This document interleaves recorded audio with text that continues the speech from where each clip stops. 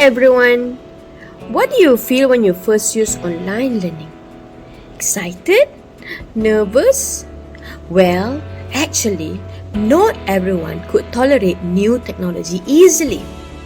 One must spend time and sometimes money to learn and use all these new tools. Thanks to COVID-19, because of you, online learning is something very common now. Nevertheless, for some reasons, some academics in university have low level of tolerance on new technology. When one has low level of tolerance on new technology, it means they find it difficult to adapt to new things. This problem must be addressed urgently so that teaching and learning are not interrupted. Hi, I'm Nurhasmiza, the leader for this team. We investigated ways to address low ambiguity tolerance on online learning for academics of a higher education institution in Malaysia. Since December 2019, the world is alarmed with the spread of COVID-19.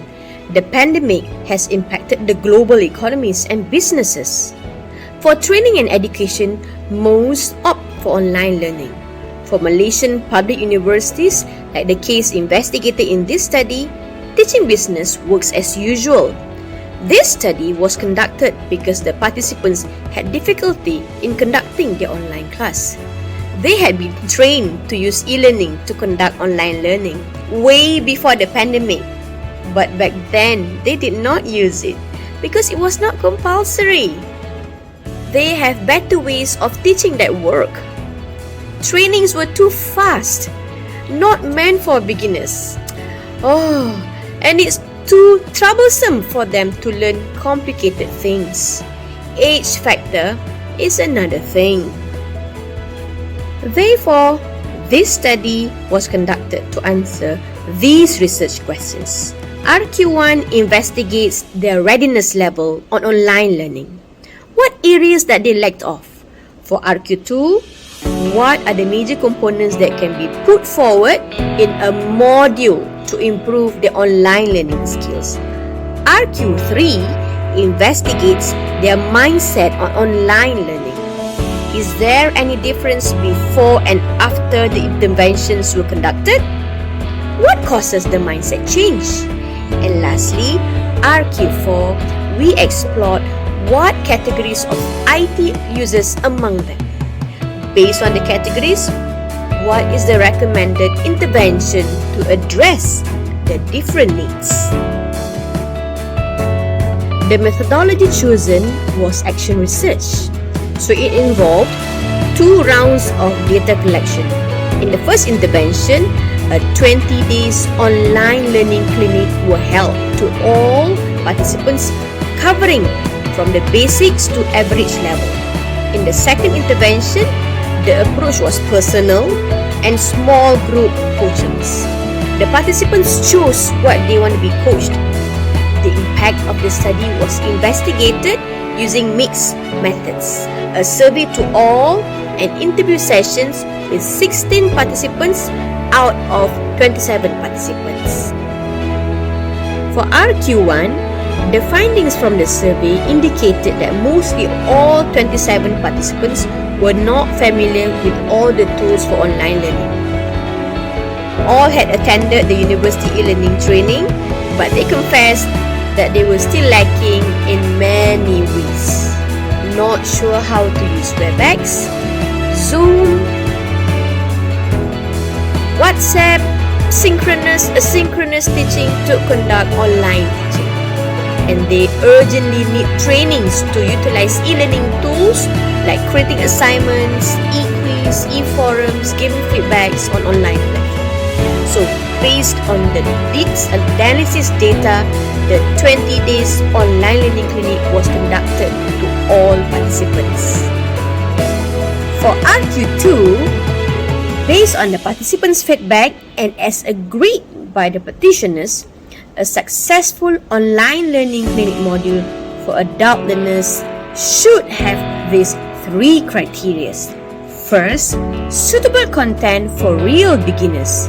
In this study, out of 27, we are talking about 25 who are more than 45 years old.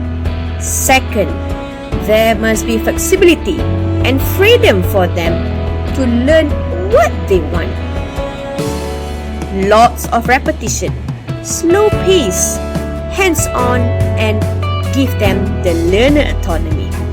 And lastly, the choice of trainers. Coaching the baby boomers and Gen X requires trainers who are motivating, relaxed, very skillful in handling the elderly, and the lesson must be meaningful so that they can straight away apply the skills. The trainers must be so much younger, right? So the trainings should be conducted with respect and love towards the elderly students.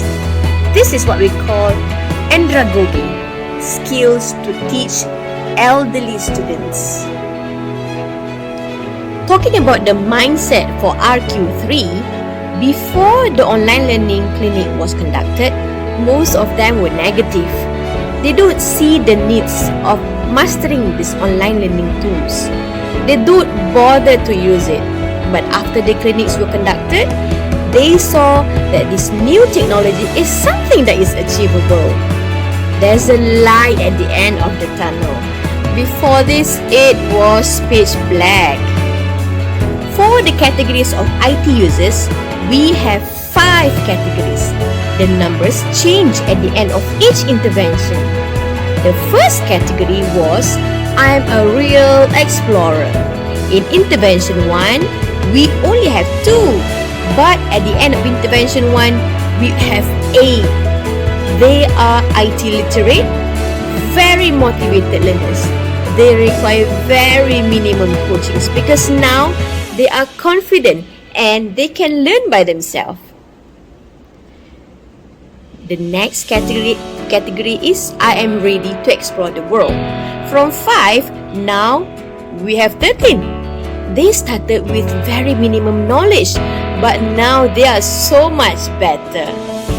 They are positive and want to learn more. The next is I already know it. No thanks. This is common. According to the experts that we referred, it's common to have people with egoistic issues. Next is don't let me go. From 16, now we only have 5. They prefer individual coachings because they are shy. They feel that they are slow. Last category is I'm too timid. They refuse to learn anything. They're not even waving, but they're drowning. We used to have 3 from the first intervention, and after the second intervention, we do not have any one of them categorized under this category anymore. With the knowledge gained from this research, we have applied and shared the skills at diverse venues.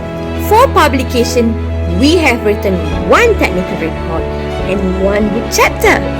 For sharing it with public, I myself have done it with the Keramat District Education Office and IPG Campus El Muhas.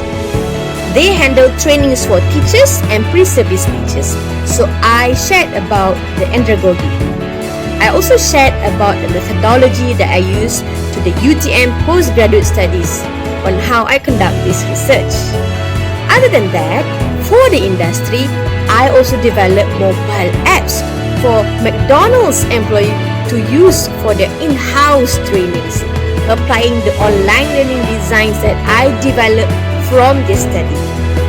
By winning this competition, you will help us to share more of the knowledge and the skills that we gain from this research to the international arena. Thank you.